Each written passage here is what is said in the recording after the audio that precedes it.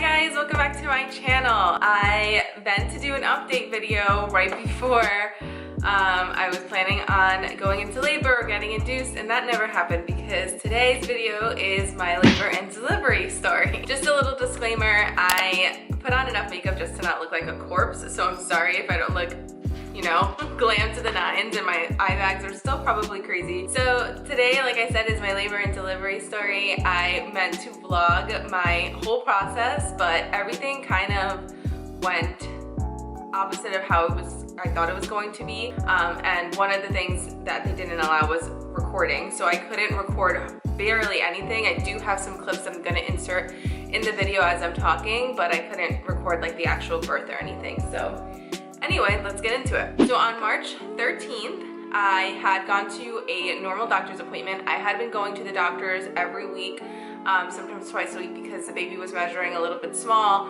and they wanted to make sure that she was growing properly. And they also noticed something with my placenta that they thought she might come early. So they just wanted to continue monitoring me. I wasn't at the point where I should have been seeing the doctor every week. So at this point I was 36, 35. I think when they told me about this, I was maybe 34, 35 weeks pregnant, maybe 33. I don't know exactly. I should have wrote down notes, but anyway, it was, you know, early in my third trimester where I kind of found out, or maybe it was before that, because my baby shower, I was 31 weeks and I had already known at that point, but they had told me that I had to come in weekly to see the doctor. So that's what I was doing, and I went for my weekly checkup and was thinking that they were just gonna tell me, okay, you're good to go like normal. At this point, I had already been scheduled to be induced on that Monday, which I didn't share with you guys because I was gonna say that in my update video.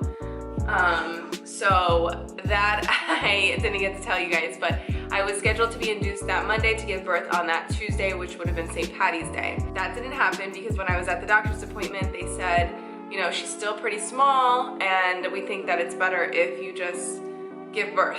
So I was like, okay, great. So basically they told me that I can go home, grab a couple things, do what I have to do, but go back to the hospital to be induced that day. Hey guys, and welcome to my labor vlog. Weird.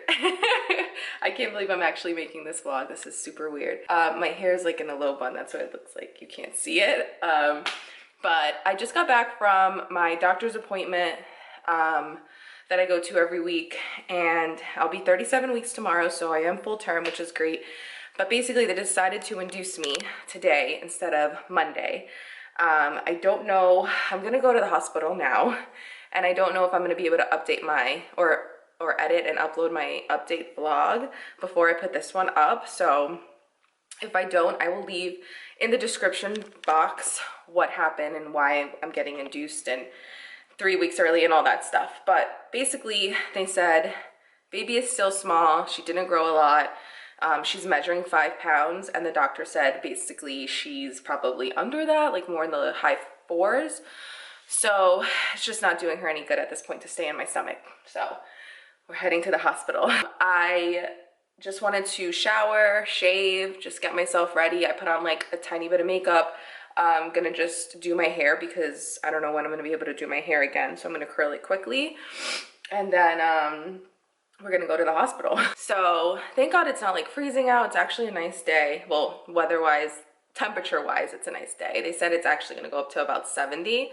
It's raining, but I'd rather that than like snow or anything crazy. My sister-in-law was due the same due date as me, April 4th, and she gave birth to my nephew on the 14th, which is tomorrow. So if I give birth on the 14th, that'll be so funny. I think it'll be so cute. But she actually had a snowstorm that day, which was crazy. And that's why I was like, oh, I hope I go into April when I'm supposed to be due, because I don't want to give birth obviously in terrible weather, but it actually is just raining and it's about 70 degrees. So yeah, I'm gonna give you guys a last update, bump date, before I go into the hospital here. So I know the lighting is probably not great, but just wanted to show my last bump date. I can't believe that she is not gonna be in my belly anymore. It's so crazy to me. I'm like freaking out a little bit about that. Like, I'm more freaked out about the fact that she's not gonna be in my belly than actual labor. I don't know. It's just how I feel. But I did have a really good pregnancy, so I guess that's probably why too. It's just gonna be crazy not being pregnant anymore. So yeah, I think that's all the updates I have right now. It is 11:34, and I should have said the date. March 13th, Friday the 13th. And we're gonna head to the hospital to be induced. So yeah, I guess I'll see you guys when I get there. Okay, so I was induced on Friday the 13th. My husband and I came home and we grabbed a couple things, like I said, and we said hi to the dogs, bye to the dogs, did what we had to do, and then we were on our way to the hospital. When mommy comes home, I'm gonna have a baby, okay? You're gonna be a good boy? You excited? I'm gonna miss you, I love you. You be a good boy, okay? Yeah. You're gonna be a good girl? Hey. I'm talking to you. This one doesn't care. Hey, I love you. Okay? Mommy will see you soon with the baby, okay? My girl. My first baby. I'm gonna cry. Okay, so it's mild today, so I just threw on my leather jacket. I have on this nursing t-shirt because I'm gonna wear this outfit on the way home, and then some sweatpants, and I have this look going on my feet just because I ordered some slides that were closed, so they look like the fake Uggs, but they're not going to be here till tomorrow. I don't know if my feet are going to swell, so I don't want to wear Vans or sneakers, so I'm just going to go with this look. Not that cute, but whatever. I'm trying to be practical. You ready to go have a baby? Yeah. Let's go. I'm ready. We're so nonchalant right now until shit hits the fan. So at this point, we get to the hospital and little girl is over here chilling, so that's why you hear her. She's right here next to me. I only put her in this boppy thing when she's right next to me, just so you know. But basically, that's what we did. We went to the hospital. I actually checked into the hospital. My sister's here with me. We're gonna have a baby. This lighting is terrible because I can't control that. It's the window right there. But just an update. Nick is my husband. He is in the waiting room because I can only have one person here at a time because of the pandemic going on. So basically I had him switch so my sister can stay for a little bit and then he'll come in. We're gonna be here for a while. They had to start me on something to soften my cervix, which is gonna take 12 hours, and then they're gonna start me on Pitocin and all that. So my sister's gonna chill here for like another 45 minutes, and then my husband will come in and hang out with me for the rest of the time. But basically we're here, checked in and hanging out. I feel crampy from whatever this medicine is already. I am 1 centimeter dilated and her head is down, so I'm hoping, praying that everything goes well and I can actually have a normal vaginal delivery, not a C-section. But I do know that's always an option, so we'll see what happens. But I'm also not allowed to video, so I don't know how I'm gonna continue to vlog this, but I'm gonna try to get as much as I can. And since we're in the middle of a pandemic and I can only have one person in the room, my sister, who is gonna help me vlog or like sneak it, can't be in here. So I don't know how much of this I'm actually gonna be able to put together. Worst comes to worst, I'll put together a labor and delivery like update, story time, whatever, and then I'll put in these clips. But yeah, I'm all hooked up and ready to go. Let me see if I can, oh, I can't even pull this up, but all the monitor things are underneath and they're tracking her on that thing over there. So yeah, that's basically all I have to update for right now. 12 hours of just sitting here and then more tomorrow. So yeah, that's it for now. So at this point, we're at the hospital and they're getting me all ready. I didn't start Pitocin yet because that was gonna be started the next day. They started me on something to soften my cervix, which I can't remember the exact name of it, but it looked like white tape and they just kind of put it up in your cervix to soften it. And I started to cramp right away. I didn't know that that was gonna happen, so I had to ask the nurse and I was like, is there a reason why I'm feeling crampy? And she was like, oh yeah, this makes you feel a little crampy. Don't worry about it. Like, you're gonna be on this for 13 hours, so try to get comfortable. And then tomorrow when we do the Pitocin, that's when you'll really start feeling pain and contractions, whatever. So I took her word for it. I kind of just tried to get comfortable. Me and my husband were in the room. We were watching something on Netflix on my laptop. And the cramping started to get very, very intense to the point where I started to shake, and I cried out of frustration and pain because it was about 3-4 hours in of that medicine, and I just felt like I can't believe that this is not labor already, because I'm really good with pain. I have great pain tolerance. I just couldn't believe that I was in that much pain already, and I had to go through with that for another 13 hours or however many hours at that point, plus have to do, you know, actual contractions, I guess you could call it. Because when I had called the nurse in to tell her that I was in pain, she was like, well, this is just the beginning. Like, you know, I don't want to give you the epidural yet because, you know, this is not like real or whatever. So basically I had to take her word for it because what the hell do I know? I've never given birth before. So I continued to just be in pain. And then finally there was another nurse that came in and she was like, oh, let me check you then if you're in that much pain. And I was already 2 to 3 centimeters dilated at that point, and I was contracting every minute. So those were contractions. I still don't understand 100% the level, because supposedly that was, what's it called? Like pre-labor, not like actual full labor. I don't know how to explain it exactly, but I wasn't like in the intense part of labor yet, but I was contracting every minute and I was dilating. So I don't understand how that wasn't labor. To me, that's labor, and it was painful. Are you pooping? So after that, she's like, okay, do you want the epidural? And I was like, yes, like if I can get it, let me get it, and let me be comfortable because I want to rest and I want to have my energy to push tomorrow. Like I don't want to be exhausted because I couldn't get sleep, I couldn't get comfortable, I was in so much pain. What time is it? Okay, so it's 7:45. 2 to 3 centimeters dilated, and I'm waiting for the epidural right now because I'm contracting like every minute, every 2 minutes, and it hurts bad. Right now I'm not having a contraction, so I'm able to talk. Alright, that's really all my update right now because they'll probably come in any minute, but I'll try to get back on here in a little bit. Okay, bye. So basically, the guy comes in, the anesthesiologist, he gives me the epidural. I'm like, wonderful, you are my man. Epidurals are no joke. I don't know how much you have looked into it if you're watching this because you're pregnant or whatever, but it is no joke. Like first they have to numb you so you get one needle in, then they have to actually do it a couple times to see like where to put the needle or something. It was not as easy as I feel like I thought it was gonna be. On top of that, they have to put the epidural in while you're contracting. So you have to sit still, you have to sit slouched over like this, and you can't move, and you have to kind of keep that posture until he's done. And that was really hard too because you're in pain obviously and you're trying not to move.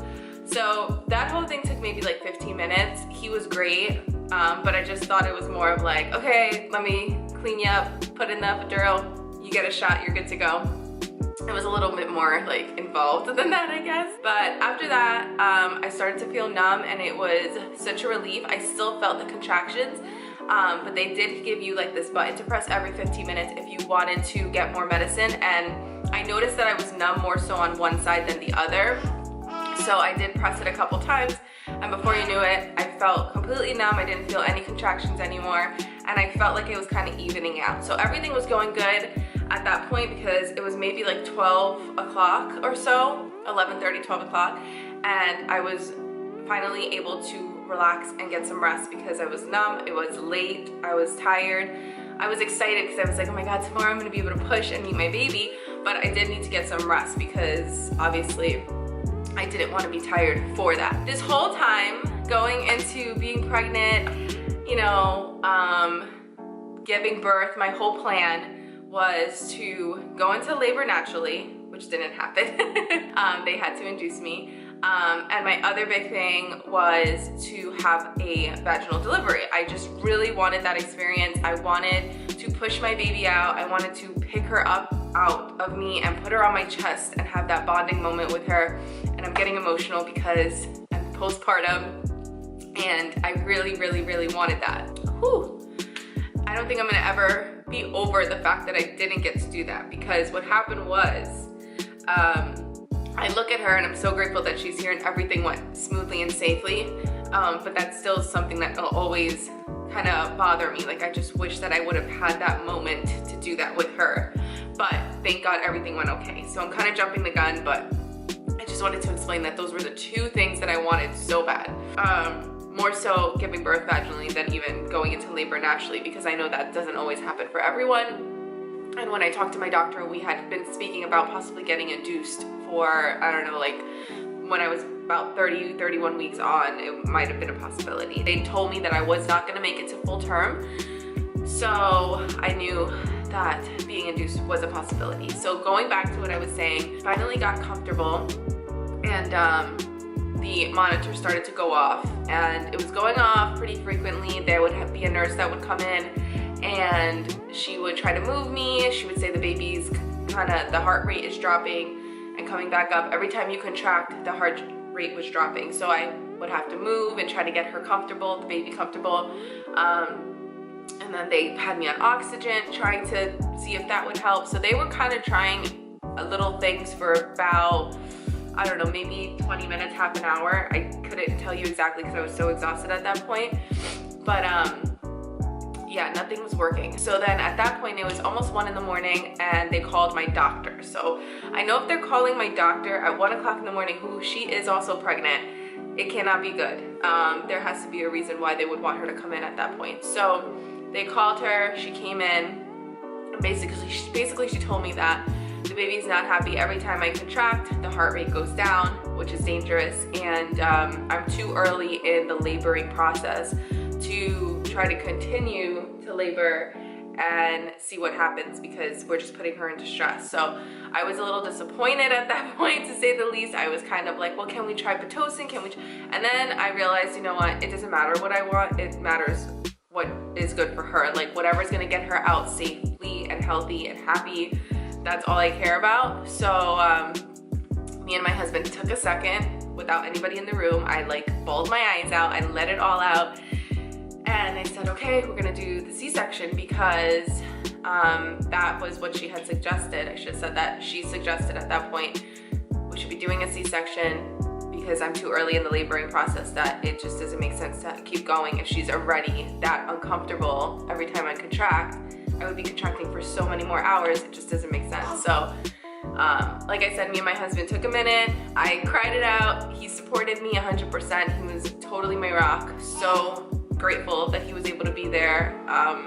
Side note, with all this stuff going on in the world, I hope that every pregnant woman is able to have their spouse or whoever they want in that room, because I would have not been able to do it without him. It was crazy for me to have to realize that I had to have a C-section, and then she was in distress, and then just things weren't going how I thought they were gonna go. So yeah, that's a little side note. I hope whoever's pregnant is going through this right now. I hope that when you give birth, everything is okay for your spouse to be there, because I just couldn't have done it without him. Anyway, so after we had that moment, I probably was like 10 minutes in to the doctor coming in telling us all that, to the point where she was like, all right, let's prep for the C-section then, because I had told her, okay, let's do it. I don't want my baby to be in distress. I don't want something to happen to her. Let's get this done. So they immediately started prepping me. They were so quick about it. At this point, I was beyond exhausted. I had slept Thursday night, obviously. Woke up Friday, and now it's the next day. Basically, it's 1 o'clock in the morning, and I'm trying to get into for a C-section, and I'm not a night person. I tend to go to bed pretty early, get a lot of rest, and wake up refreshed. So I was like falling asleep during this time already. Like, I was like so done with everything. But so they prep me. They give me more anesthesia or anesthetic or numbing, whatever you want to call it, because at that point I was numb in the way to be numb to give birth vaginally, but not everywhere else for them to cut me open and do the C-section. So the anesthesiologist came back in, he got me prepped. Thank God the team was amazing. I have to say, every nurse there was amazing. My doctor, I love her, she was amazing. Anesthesiologist was super sweet, super great guy. Like, everybody was so nice and accommodating and just like reassuring. It just felt so good to have such good people, you know, performing something like that. Because also, I have never had surgery in my life. The only numbing I have ever had was in one of my gums to pull a wisdom tooth. I had never been under anesthesia, nothing. So this was already like crazy for me and a shock for me that I couldn't give birth vaginally, but also the fact that I was having major surgery in the snap of a finger. Like it was a lot to process. I was so grateful that the team was so good. So basically they wheeled me in. I was out of it. The lights were bright, and they got my husband all prepped, got him in. I did start to feel a little nauseous on the table. They said that was normal. They gave me like one shot of something and it instantly went away. Crazy how medicine is these days too. But before you know it, long story short, they started getting ready, prepping me, cutting me open. I didn't feel anything. Only thing I felt was a little bit of pressure when she came out. And when she came out, it was the best thing that ever happened to me. I was just so grateful that she was here and she was crying. Her cry was the best thing that I ever heard in my entire life, because we also had to give her a steroid shot, or they gave me a steroid shot around 30 something weeks. I want to say like 33 weeks, because they thought she might have come early, or maybe it was 34. Don't know exactly. I'm sorry if I'm not exact with these weeks, but around 34, 35 weeks, they gave me a steroid shot because if she came early, they wanted to make sure her lungs were developed. So one thing that I wanted to hear so bad when she came out was that nice big cry, to know that, okay, her lungs and her, everything sounds good and she's doing good. So that was amazing. Best sound I've ever heard in my entire life. At that point, I was just so exhausted, but it was just so great to have her. My husband brought her to me so I could see her quickly, and then I didn't get to like hold her or anything at that point. She was just kind of by my face. And then after they sewed me up, which took maybe another 10 minutes, and got me all good and my husband all ready to go, we were in another room and I was able to have her on my chest, try to breastfeed her. So everything that I was worried about when it came to delivering via C-section instead of vaginally, I still was kind of able to do. It wasn't the way I wanted it to go, but it still was a good way. Like I still was able to connect with her in the way that I wanted to, in a way. But one thing I'll say is that the doctor did mention when they took her out that the umbilical cord was wrapped around her neck. So I think, or we think that that's probably why every time I was contracting, it might have been getting tighter around her neck, her heart rate went down. So it was a kind of a dangerous situation. And I just don't understand how like all the ultrasounds you go to every week, twice a week, once a month, whatever it is, they don't see those things. They see everything else, but they don't see something like that. So that was scary, because I just, now for my second pregnancy, I feel like I would be nervous about that happening again. But yeah, I'm just grateful that she's here and she's healthy and she's gaining weight and she's doing amazing. But that was kind of that whole part of my labor and delivery. Then we had to, go into our room and get comfortable, because we'd be there maybe for a couple of days, or 3 days, because I had a C-section. And I think if you did a couple days, if you wanted to do a couple days and you had a C-section, you were able to. But since my baby was born at 37 weeks and she was tiny, she was 5 pounds, 2 ounces, I had to actually stay longer. I had to stay for the 3 days. And then on top of that, there was, every time we were thinking we were gonna go home, there was some kind of obstacle that we had to overcome. So the hospital stay was also very stressful and very long and very exhausting and emotional, because I just wanted to be there maybe a day or two and go home with my baby. I didn't want to be there any longer than I had to be, or longer than 2 days in general. I mean, 3 days for a C-section is normal, so I was like, okay, I guess we'll be here 3 days. Like, it's fine. We'll just suck it up. We'll be here. It is what it is. So it ended up being longer. We ended up being there almost a week, and I'll explain why. I'm holding her with my hand because she likes the feeling of somebody it feels like somebody's holding her, so she's calm right now. First thing that was an issue was her weight. So she was born at 5'2". Thank God it wasn't any lower than that, because then she would have had to be in the NICU. But she made it past the 5s, so thank you God for that. That was great. We were so happy to hear that, because we just didn't want her to have to go to the NICU. So that was one thing. But what happened was when babies are born, they obviously lose weight. And for a normal sized baby, it's not a big deal because they're what, 6 something, 7 pounds, 8 pounds, 9 pounds. So when they lose a little weight, they're like, okay, you know, they'll get it back up when you get home, you'll feed them and it'll be okay. She went down to 4'11", I want to say, and I was trying to exclusively breastfeed. But when that happened, they were concerned and they wanted me to start her on some formula. So that was not something that I wanted to do. I wanted her to only be breastfed because I just didn't want her to then want just the formula or get confused with nipple confusion, which supposedly isn't a real thing, but I don't know, I'm a new mom and I was trying to kind of just keep it what I thought was right, which just do the breastfeeding, just have her on my boob until she got comfortable with that, and then maybe later introduce her to a bottle. But they didn't let me do that. Not that they didn't let me do that. I always had the choice of what I wanted to do, but I wanted her to gain weight so she could be healthier, or healthy enough to leave. So we did end up having to supplement a little bit with formula. She did have to use a bottle, so that was a little disappointing to me. But then I started to pump in the hospital and I was getting great milk, or great colostrum at that point.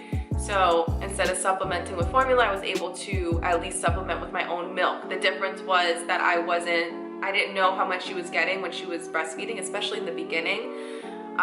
There was, you know, it took me like a day or two to understand how to get her to latch and everything. And then after that, she's been amazing, but it did take a little while. So in those 24, 48 hours, she's losing weight because she's really not getting much nutrients. So then I started to pump and they were able to give her my breast milk in a bottle, or I was able to, so that helped a lot.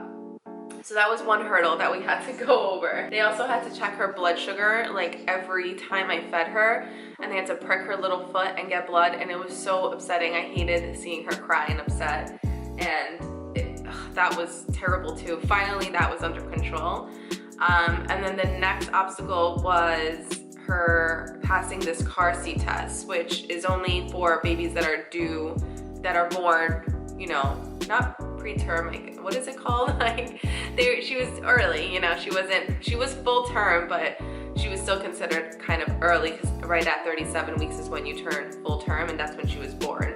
So basically she had to pass this test and she failed twice, and the last time was, if she didn't pass the last time, then she would have had to stay overnight in the NICU, and at that point we had already been in the hospital for 5 days.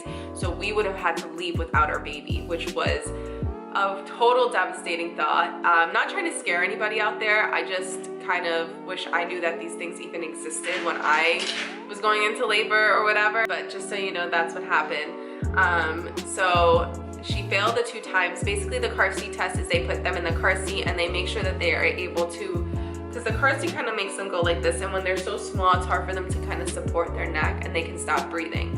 So that had happened to her twice, and that made us scared too, because we're like, oh my God, we still have to drive home. It's only a 25-minute drive, but God forbid she stops breathing in the car. Basically, they told us that the 2 times that she failed, 1 time sounded like she just had to poop, and so she was holding her breath, and when they took her out, she pooped.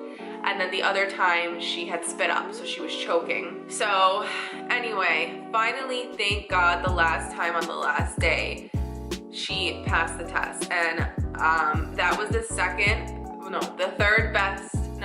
best day of my life. The first was her being born, the second was saying she's good, we can go home, and the third was my wedding day. But though that was like the second best day of my entire life, I've never been so happy, because at that point, like I said, we were already in the hospital for 5 days.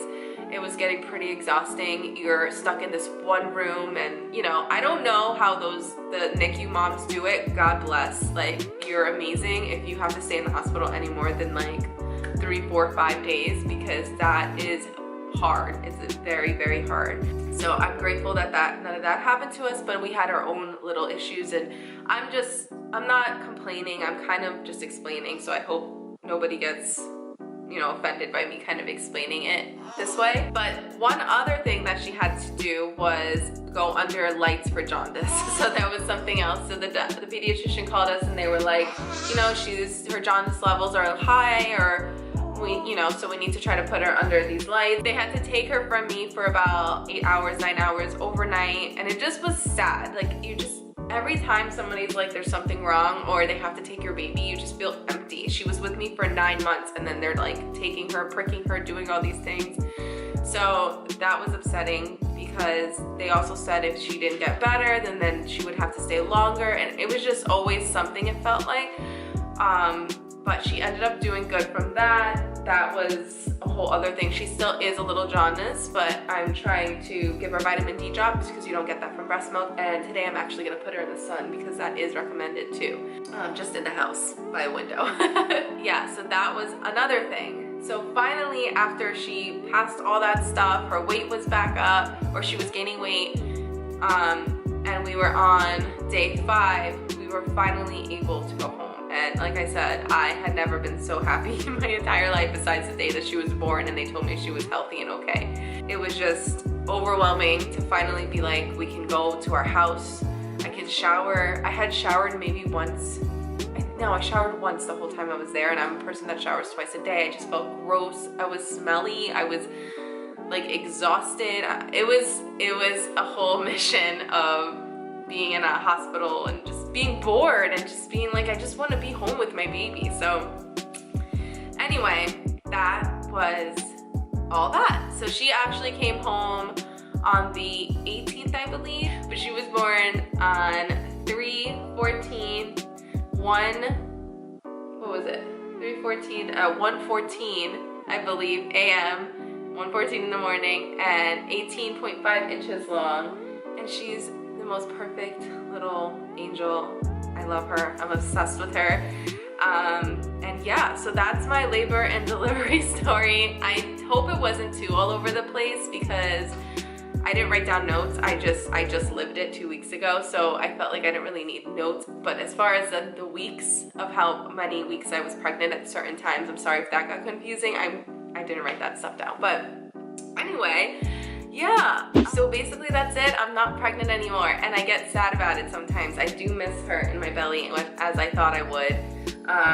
But I'm just so happy she's here and she's healthy and she's amazing, and she has me up every 2 hours at night, but I'm absorbing and I'm enjoying every minute because I know she's gonna get big so fast. She's already getting big. And so yeah, let me show you guys the baby.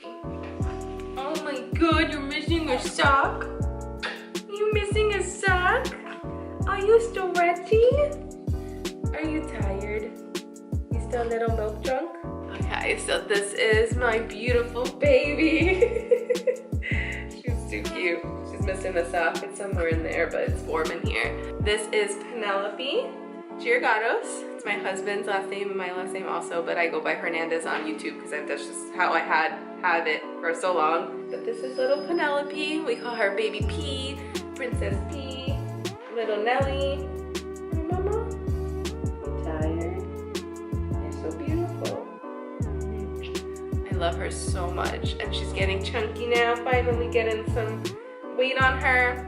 I'm hoping by the next doctor's appointment she'll be in the 6s or 6 pounds. Last time we were there she was 5'7", so I'm hoping in the next week or so she'll be up in the 6s because she likes to eat this one. She really is a little chunker in the making. So I'm exclusively still breastfeeding, and I love it. I love being her mom. I wouldn't take it back for anything in the whole entire world. So yeah guys, that's gonna complete today's video. I hope that you guys enjoyed my little labor and delivery story. I have so many videos that I want to put out. I do want to upgrade my camera because this one is really, it's old. I should have upgraded a while ago. I've been on YouTube now for 5 or 6 years on and off, and it's time for me to upgrade. So I do need to do that. I am filming in front of a window today, so I hope the lighting isn't too terrible. I just tried to do as natural lighting as possible. And yeah, I have, like I said, so many videos to film for you guys. I have the nursery tour, my apartment tour, newborn products that I've been loving and using for her, breastfeeding, everything that I've learned about breastfeeding and like how it's been going for us, and my milk stash.